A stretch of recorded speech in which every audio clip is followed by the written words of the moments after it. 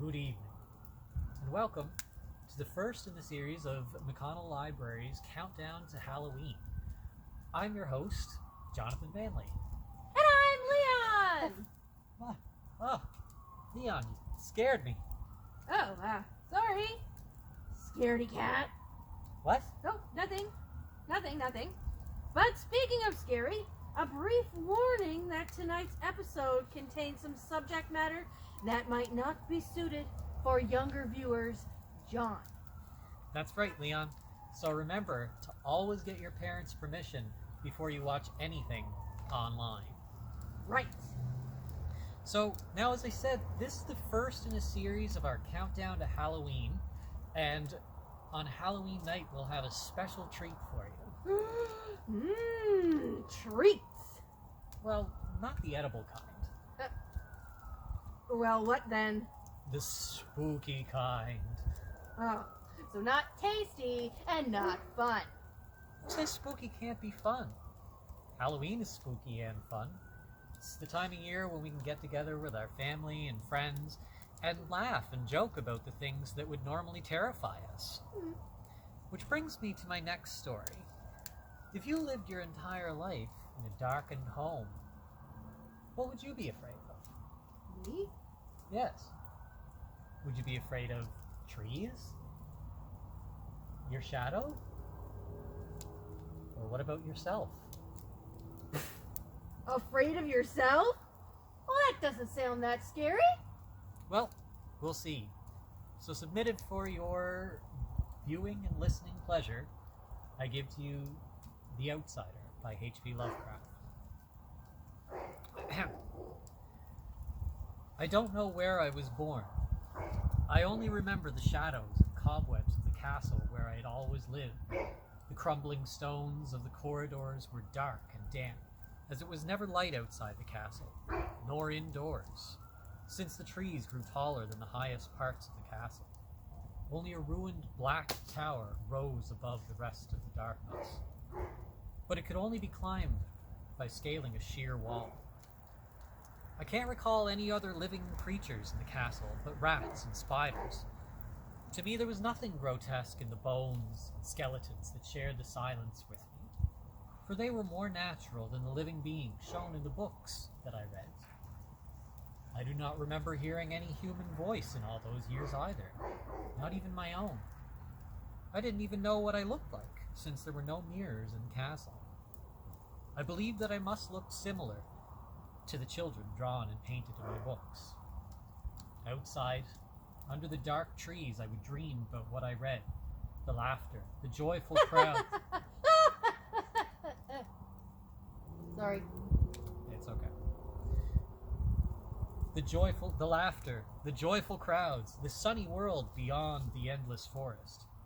Once, I tried to escape, and as I went deep into the woods, I grew afraid and ran back to the castle. I dreamed and waited until I could wait no more.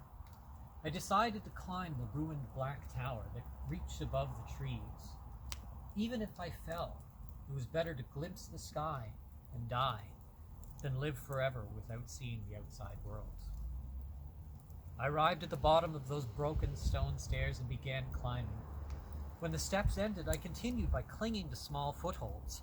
I went terribly slow because the climb was very difficult, and after a long time, I came to a trap door. I opened it with great effort, and crawling through it, I found only more stone and darkness. Terribly disappointed, I went up farther, holding onto the slimy, wet walls until I came upon an iron grate that opened under the moonlight. I went through the grate carefully, fearful of falling from the amazing height to which I had climbed. But I received a shock. Instead of the treetops of the endless forest which surrounded the castle, solid ground stretched out before me. It was as if I hadn't climbed at all. My stunned mind no longer cared whether this was insanity, dreaming, or magic. I was determined to gaze on light and joy at any cost. So I started walking. I wandered through open country and meadows. I swam across a river. Many hours passed before I reached what seemed to be my goal, a castle in a wooded park. What interested me and delighted me were the open windows, filled with the light and sounds of happiness. Coming closer, I saw a room with people in cheerful conversation. Since I had never heard human speech before, I could only guess at what was being said. I stepped through the low window, excited to be in the world I had only ever read about previously. However, as soon as I entered the room, the people began running frantically, shrieking from panic. Alone and scared, I trembled at the thought of what might be lurking near me unseen that had caused such panic. I thought the room was empty, but when I approached a golden arch of a doorway leading to another similar room, I discovered that this was not the case. Beneath the arch was a strange presence. I uttered the first and last sound I was ever to make, a ghastly noise as revolting as its cause. Before me was a ghoulish figure of decay, possessing the most repulsive and deformed features that could ever come together in a living being.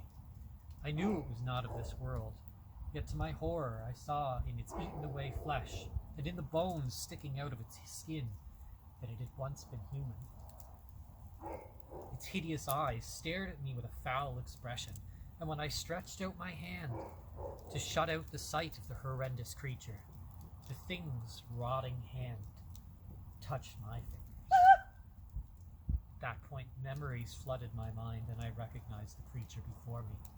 I suddenly knew what I was, a stranger among those who are still men. I am an outsider. This I have known ever since I stretched out my fingers and touched the smooth, cool surface of that mirror. Oh!